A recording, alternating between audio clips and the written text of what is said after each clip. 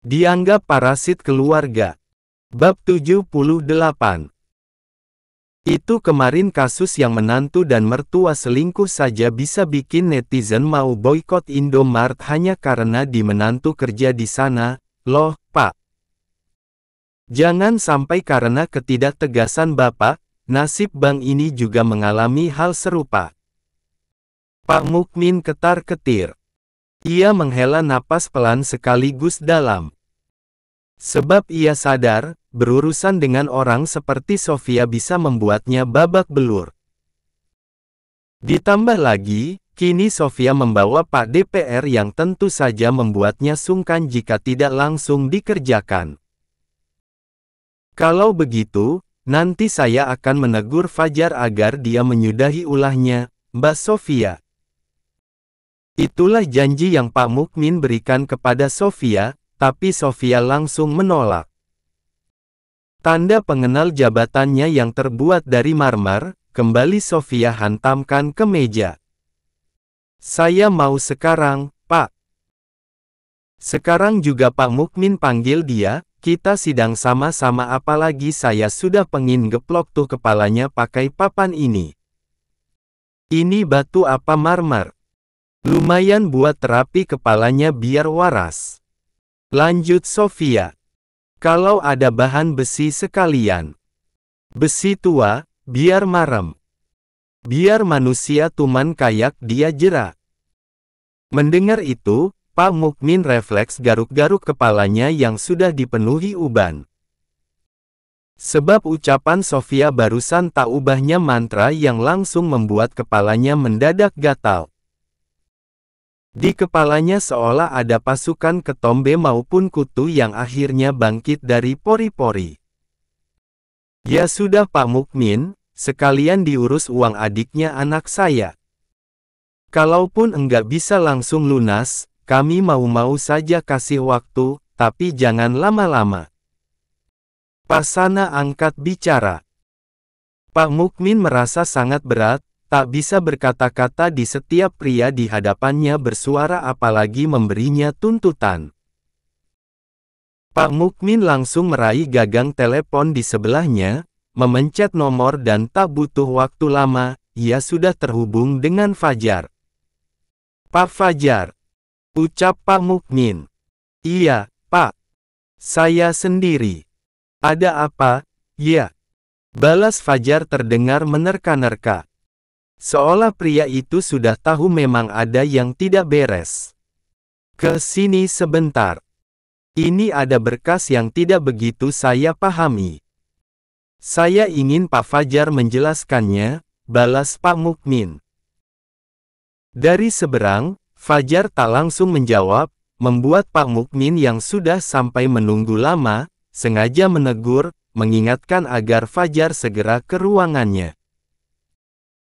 Di luar, Fajar yang sudah menyanggupi permintaan Pak Mukmin, menjadi mengintai suasana di dalam sana yang memang hanya dipisahkan oleh dinding sekaligus pintu kaca. Si Sofia sama mertuanya di mana? Ya. Enggak ada di luar, berarti mereka ada di ruangan Pak Mukmin. Jangan sampai, alasan Pak Mukmin minta aku ke sana juga gara-gara mereka. Fajar menjadi gelisah lantaran pria itu sadar, dirinya salah. Harusnya aman, sih. Harusnya Widi enggak sampai cerita-cerita hubungan kami apalagi sampai cerita aku pinjam uang, batin Fajar lagi masih sibuk berargumen sendiri. Enggak lah, pasti andai pun harus berurusan dengan Sofia, bisa jadi Sofia memang mau semacam nabung. Dalam hatinya, Fajar sibuk berargumen sendiri. Namun jujur saja, kenyataannya yang telah mengelabuhi Widi sedangkan Widi merupakan adik Sofia, membuatnya tidak begitu percaya diri. Malahan, ia menjadi ketakutan dan sudah langsung panas dingin. Sudahlah, pasti aman. Lagian andai sampai memang karena hubunganku dan Widi, mereka bisa apa wong kami saling cinta. Batin Fajar yang kali ini begitu percaya diri. Apalagi seperti yang baru saja ia argumenkan di dalam benaknya, dari dalam sana, Sofia dan Pak Sana tampak keluar dari ruangan Pak Mukmin. Fajar kembali buru-buru bersandiwara sibuk. Membuat kedua tangannya memeriksa setiap berkas, sementara kedua mata jelinya menatap setiap berkasnya. Mendapati itu, Sofia yang memimpin langkah walau ketika akan keluar, Pak Sana yang membukakan pintu, sengaja melepas sandalnya kemudian menghantamkannya ke punggung kepala Fajar. Wajah Fajar langsung menciumi meja kerjanya dan pemandangan tersebut langsung mengejutkan kebersamaan di sana yang sudah kembali beroperasi. Nasabah yang antre ditangani sampai ada yang berdiri, menatap ngeri ulah Sofia. Aduh, SOFF. Refleks Fajar. Kamu, yah. Kasarnya enggak pernah hilang. Sepandai-pandainya katak melompat, pasti tetap bisa Sofia tangkap. Terlebih wanita itu telanjur bosan hidup susah lebih-lebih dihina dan dikadali. Pastinya Sofia akan melakukan segala cara untuk keluar dari zona sangat tidak nyaman itu. Kendati demikian, yang buru-buru Fajar lakukan sembari memegangi bekas ciuman maut dari sandal di kepalanya juga masih sandiwara. Seolah dirinya korban keanarkisan. Pria berpakaian rapi itu kembali mengontrol ucapannya menjadi sangat santun. Oh alah, kamu masih ingat aku. Sofia juga refleks, mulutnya sungguh berucap spontan demikian menanggapi tanggapan Fajar yang kali ini menatapnya dengan tatapan tak berdosa. Gemas sekali menghadapi orang ini. Hawanya pengin cubit ginjal dia pakai tang panas. Batinnya benar-benar tidak tahan. Tentunya, hati kecilnya masih sibuk bilang, amit-amit. Amit-amit. Bisa Sofia pastikan, ulahnya sekarang sudah langsung menjadi tontonan sekaligus pusat perhatian. Malahan Sofia berharap, ada yang merekam dari awal sampai akhir agar kasus Fajar viral. Jadi ini, tampang suami orang yang ngakunya perjaka demi menggesek uang para janda. Waahahaha. Kalau sudah begini, positif nih, si Sofia sudah tahu kalau aku ngadalin adiknya. Batin Fajar ketar-ketir dan langsung buru-buru mengubah siasat perang apalagi baru saja, sandal di tangan kanan Sofia sampai wanita itu banting ke wajahnya. Ia nyaris jantungan karenanya terlebih sandal Sofia itu lumayan berat. Tak mau penonton ketinggalan info atau salah tangkap, Sofia menceritakan panjang lebar mengenai duduk pengacara layaknya seorang jaksa dalam persidangan kasus Akbar. Ia menjadikan ponsel sang adik berikut transaksi banking sebagai bukti. Orang tuh apalagi laki-laki, kalau butuh duit ya kerja. Jangan tipu-tipu, apalagi tipu-tipu janda yang sekadar kasih makan anak-anaknya harus kerja pontang-panting. Adikku itu janda, anaknya 3 masih kecil-kecil loh, Mas. Belum kemarin yang di swalayan belanjain banyak banget buat kamu dan kamu juga yang bayar. Masa iya, kamu sebagai laki-laki terpelajar dan kerjanya di bank yang sering melayani masyarakat, malah jadi sumber penyakit.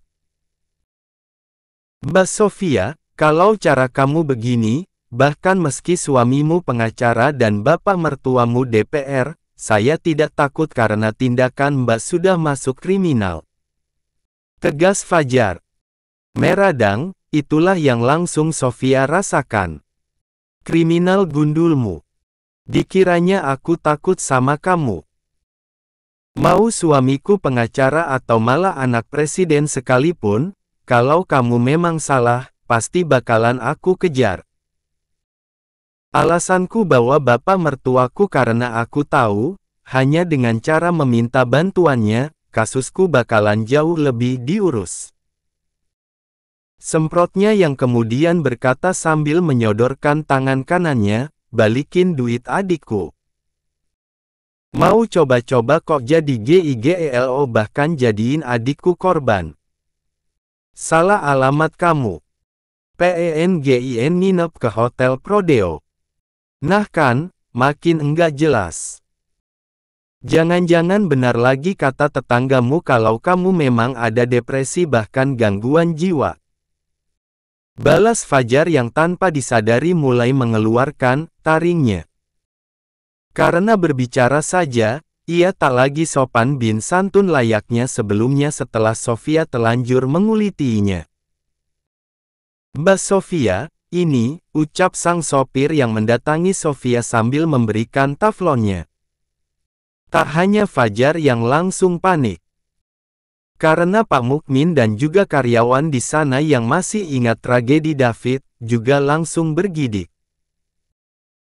Lebih-lebih Pak Sana-Sana yang walau belum tahu secara langsung, sudah langsung ngeri karena pria itu tahu, sang menantu tidak pernah takut pada apapun.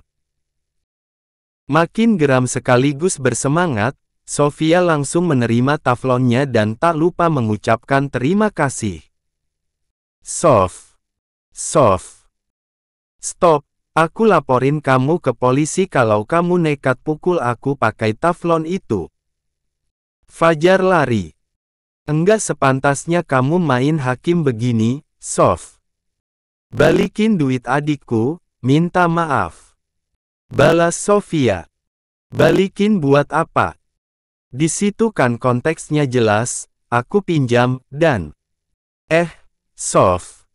Turunin taflon kamu.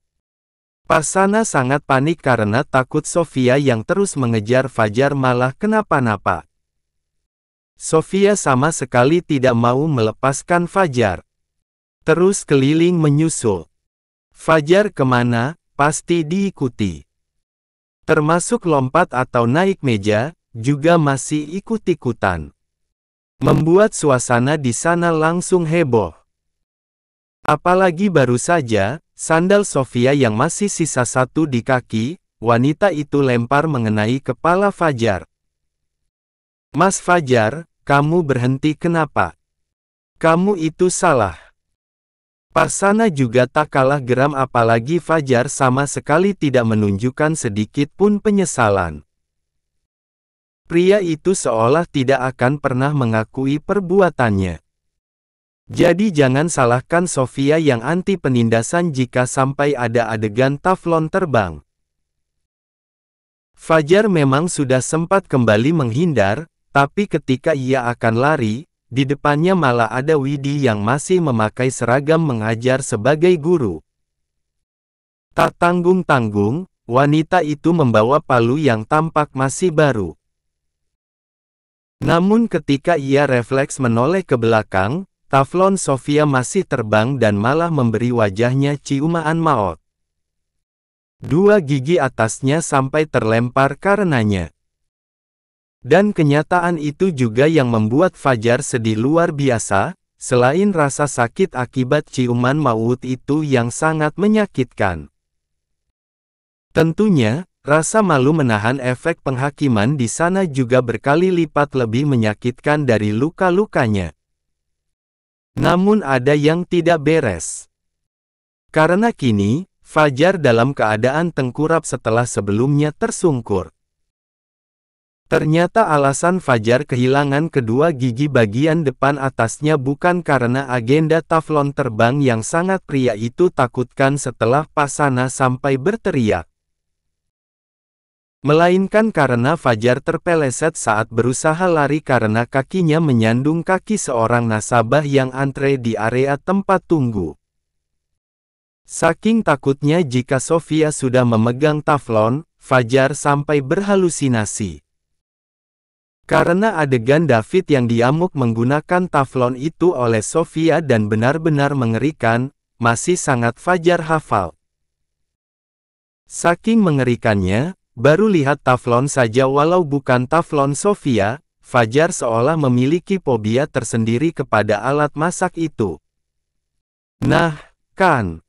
Syukur-syukur. Gitu saja masih enggak mikir. Ini taflonku beneran belum terbang. Eman-eman juga kalau harus kena kamu, takut kena virus semacam rabies. Ucap Sofia yang masih berdiri di meja kerja Fajar. Namun sang mertua buru-buru menuntunnya turun dengan sangat hati-hati.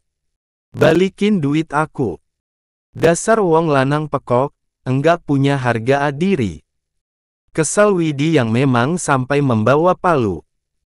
Walau Widi sampai jongkok di hadapan Fajar, wanita itu sama sekali tidak berniat menolong. Bahkan meski Fajar yang tampak begitu gelisah, terlihat sangat memprihatinkan. Yang mana, Widi langsung bergidik takut ketika Fajar membuka mulut, mengajaknya bicara dengan suara yang terdengar sangat tidak jelas. Pria itu menjadi ponga alias ompong tengah. Enggak ada ganteng apalagi kerennya layaknya di foto yang selama 1 bulan ini, rutin Fajar kirimkan kepadanya layaknya model bahkan artis andal. Ya ampun, Mas Fajar. Tampangmu yang sekarang beneran mengerikan. Mungkin ini azab buat pria pengobrol tampang sama janji sekelas kamu kali ya. Enggak lagi-lagi deh, percaya sama tuti gigelo macam kamu. Ucap Widi sambil berdiri.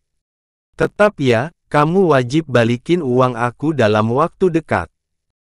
Pokoknya paling lambat seminggu, kalau sampai molor waktunya, aku doyan tubuh kamu penuh panu sama kutil. Sumpah serapah sang adik barusan sukses membuat Sofia menahan tawa apalagi semua nasabah dan karyawan di sana tanpa terkecuali Pak Mukmin, juga sampai menahan tawa. Semuanya sampai lemas karenanya termasuk sopir Pasana. Hanya Pasana yang masih waras dan kerap mengingatkan Sofia untuk rutin, amit-amit.